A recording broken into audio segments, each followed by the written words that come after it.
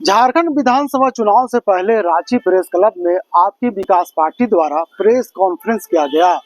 Party के राष्ट्रीय अध्यक्ष गुलाम मुस्तफा ने कहा कि जिस तरह से राज्य की सरकार लोगों की आकांक्षाओं को पूरा नहीं किया है, उन्होंने कहा कि 24 सालों से राज्य के विभिन्न सरकार राज्य की जनता के साथ छलावा किया। यही वजह है कि झारखंड के विभिन्न जनमुद्दों के साथ आगामी विधानसभा चुनाव में आपकी विकास पार्टी झारखंड में चुनाव लड़ेगी। इस पूरे मामले पर क्या कुछ कह रहे हैं आपकी विकास पार्टी के नेता, चलिए हम आपको सुनाते हैं। पॉलिसी पैरालिसिस पहला, और दूसरा पॉलिसी इंप्लीमेंटेशन। पॉलिसीज तो हैं, जैसे मैंने आपको डिस्प्लेसमेंट, रिहैबिलिटेशन, रिसेटलमेंट के इशू के बारे में बताया। भाई हमारे पास पुनर्वास की नीतियां हैं, लेकिन पुनर्वास की नीतियां जमीनी धरातल पर लागू क्यों नहीं होती है, सवाल यहाँ पे है मेरा।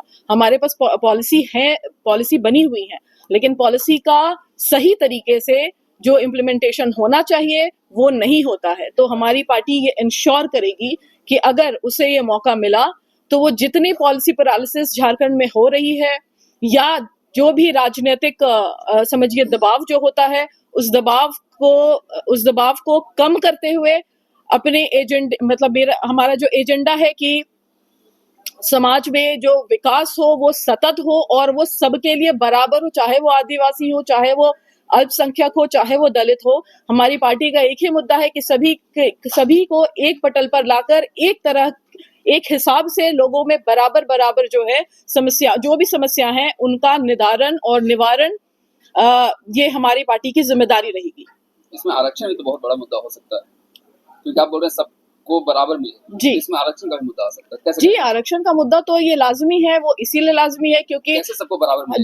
जी, बराबर का मतलब ये देखिए, एक होता है इक्विटेबल डिस्ट्रीब्यूशन, एक होता है इक्वल डिस्ट्रीब्यूशन। तो हमारे समाज में जो संसाधन है उनका मैं इक्विटेबल डिस्ट्रीब्यूशन की बात कर रही हूँ, इन द सेंस कि जिसे ज्यादा जरूरत है उसे आप ज्यादा दे, तभी एक लेवल प्लेइंग फील्ड होगी। क्योंकि आज हम देखते हैं कि समाज में लेवल प्लेइंग फील्ड नहीं है। जब मैं बात कर रही थी ह्यूमन रिसोर्स डेवलपमेंट की, तो आप देखिएगा कि समाज का एक तबका है जो कि काफी बेहतरीन स्कूल्स में जाता है या फिर कॉलेजेस में जाने की क्षमता रखता है, और एक तबका ऐसा जो सरकारी स्कूल ही अफोर्ड कर सकता है, और कई जगह तो ऐसे भी हैं जहां पे बच्चे उतना भी नहीं पढ़ पाते हैं।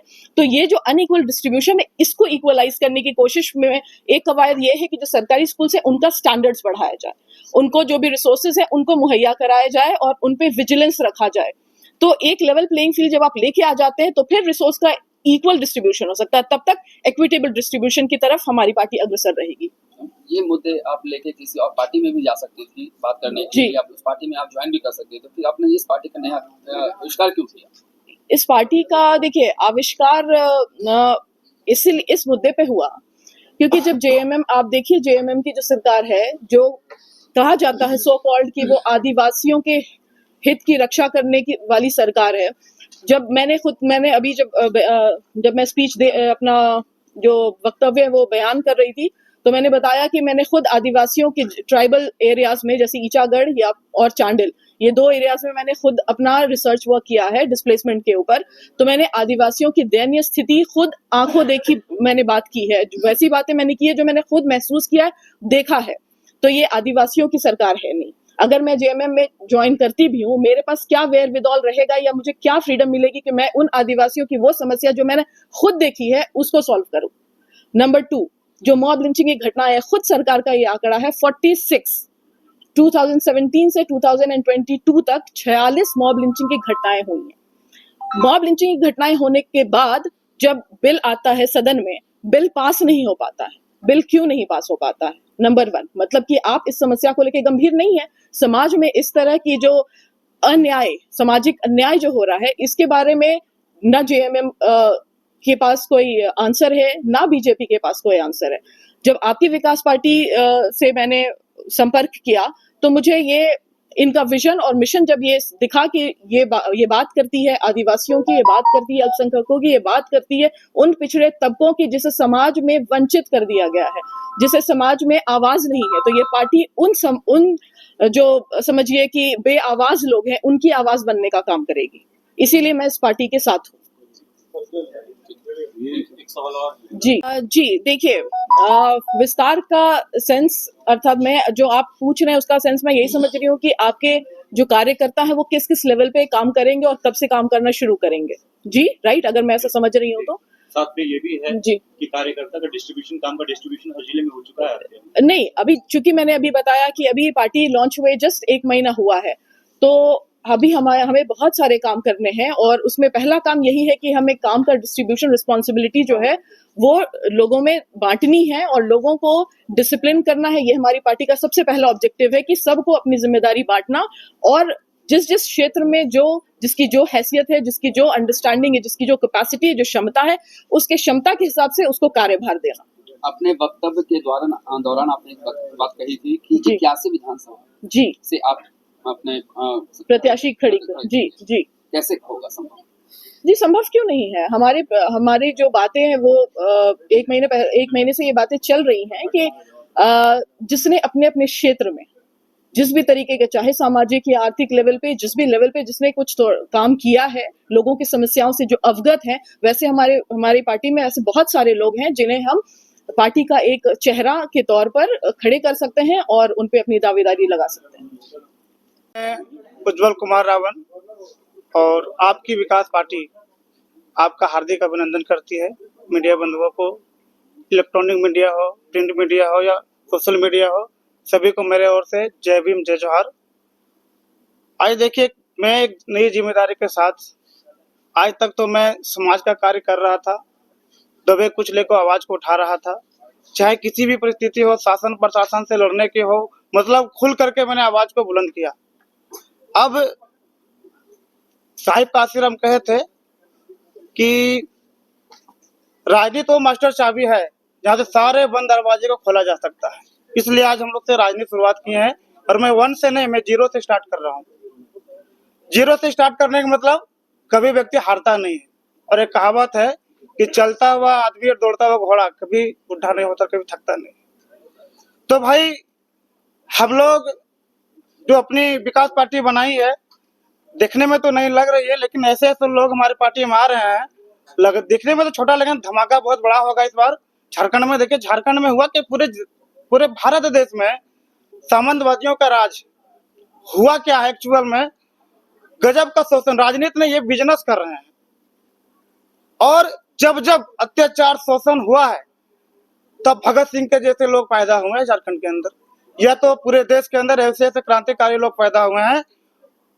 वैसे में हम लोग इस शोषण से लड़ते हुए आज मुझे नई जिम्मेवारी मिली है आपकी विकास पार्टी में। ये समझिए कि मेरा घर है और अपने घर को समझ सकते हैं कैसे बनाना है। इसको मैं बहुत बेहतर ढंग से, जिस तरह से मुझे उम्मीद किया है, उससे कहीं बेहतर करके दिखाऊंगा। और मैं चाहूंगा कि इस प्रदेश के अंदर 24 जिला है, 81 विधानसभा है, तो हम चाहेंगे कि इसी बार हमारा पार्टी दमदार तरीके से लड़े और जीत दर्ज करे। रह गई बात कि पहले जो सत्ता में है, यह तो वादा बहुत बड़े बड़े करते, अभी देखे होंगे कि 5 साल सिस्टम में रहे, सरकार में रहे, जिसको मैया योजना को कभी नजर नहीं आए। लेकिन अब 1 महीना बचा है तो मैया योजना ला रहा है, मतलब कि जो भाजपा के एजेंडा पर यह भी चल रही है, जो अपने आप को कहते हैं कि आदिवासियों की सरकार है, दलितों, गरीबों, मजलूमों की सरकार है, लेकिन चल रहे किसकी ओर? वही बीजेपी के रास्ते पर चल करके ठगने का काम किया है। अब समझिए ना, झारखंड में क्या नहीं है, इतना खनिज संपदा भरा हुआ है, जल, जंगल, जमीन, यहाँ से बिजली पैदा होता बांग्लादेश जा रहा है। यहाँ का बालू जो गरीबों को फ्री में मिलना चाहिए, वो बालू जाके दूसरे स्टेट में जा रहा है। समझिए क्या है। जनता कैसे यकीन करे कि जैसे और पार्टी बातें खिलाती जाती आप नहीं करेंगे? आप मेरे बारे में शायद नहीं जानते होंगे, तो मीडिया में या तो सोशल मीडिया में सर्च कर लीजिएगा, नाम हुआ उज्जवल कुमार रावण। जितना सबका मुद्दा होता है, वादा तो 75 साल से कर रहा है। 15 बार MP MLA के चुनाव हो गई, 15 बार। सब तो वादा किए ना। वादा क्या करते, मैं हॉस्पिटल बनवा दूंगा, तो यहाँ के जो गरीब जनता है बाहर नहीं जाएंगे, ये कहते करते सुनते सुनते दिमाग खराब हो गया लोगों का, और लोग जागरूक हो गए हैं। ठीक है, और हम लोग क्या कर रहे हैं, मेरे बारे में सर्च कर लीजिएगा, 1629 यूनिट रक्तदान हम लोग कर चुके। जिम्मेदारी सरकार की बनती है भाई। अगर हम आपको वोट दे करके, अपना वोट दे करके आपको सरकार बनाते हैं, कुर्सी पर देते, किस लिए देते हैं? लेकिन ये काम तो उन्होंने नहीं किया। कई कैंसर का पीड़ित का इलाज हम लोगों ने करवा दिया है। करोड़ों रुपया का बोलेंगे ना, तो हम लोग फ्री में कर दो, सरकार को करना चाहिए था। लेकिन जब सरकार का कोई बीवी बच्चा बीमार हो जाता है बेटा तो कहाँ जाता है, बड़े बड़े हॉस्पिटल लंदन अफ्रीका चले इस जाते वजह से जनता आप पे यकीन करे। आपके पीछे कौन राजनीतिक पार्टी थी जिसके पीछे आप ऐसे बल पर खड़ा होकर इतना हैं। देखिए हम लोग आज तक किसी राजनीति का झंडा नहीं उठाए, किसी भी राजनीतिक पार्टी का, फर्स्ट टाइम राजनीति करने जा रहे हैं। अब राजनीति क्यों करने जा रहे हैं वो भी बता देते हैं। जब हम लोग सामाजिक मूवमेंट को चलाते हैं, जब भी अन्याय के खिलाफ लड़ते हैं, तो जो सत्ताधारी होते हैं ना वो रोकता है, क्योंकि देखिए जो शासन होते हैं उसका रिमोट कंट्रोल उसका प्रशासन होता है, प्रशासन तो रोकेगा। इसलिए अब हम लोग सत्ता में आ रहे हैं, उसका हालत से जुबान को खींच करके बाहर निकालेंगे अपने अधिकार को हम लोग। करोड़ों रुपए का जनता का आप लोग फायदा पहुंचा दिया है, तो कैसे पहुंचा दिए, किसी सरकारी सपोर्ट से? बिल्कुल नहीं, हमारी टीम बहुत बढ़िया है, हमारी टीम बहुत बढ़िया है, पूरे झारखंड के अंदर हमारी टीम है। जब भी किसी गरीब को लगता है कि उनको ब्लड की जरूरत है, हमें याद करते हैं, हम लोग डोनेट करते हैं। भीम आर्मी क्यों छोड़ दिया? आपकी विकास पार्टी से किस चीज से आप? कह तो रहे ना कि देखिए हम लोग तो सामाजिक मूवमेंट को चला रहे थे, लेकिन जब सामाजिक मूवमेंट को चलाते हैं तो राजनीति जो सत्ताधारी होते हैं वो न्याय नहीं देने देते हैं, उनका दबाव में प्रशासन काम करती है। इसलिए हम लोग अब राजनीति करेंगे, नौजवान है, बदलाव करेंगे भाई, करके रखे हुए हैं। अपना योगदान दिया है, हम उनको अपनी ओर से, अपनी पार्टी की ओर से उनका मैं धन्यवाद करता हूँ। इनकी उज्जवल भविष्य का हम कामना करते हैं। आज इनको हम लोग एक जिम्मेवारी भी, हम लोग एक प्रदेश के रूप, आज प्रदेश में इनको हम जिम्मेवारी भी दे रहे हैं। आज हमारी पार्टी इनको, आज हमारी पार्टी प्रदेश अध्यक्ष के रूप में उज्जवल जी का हम लोग घोषणा करते हैं।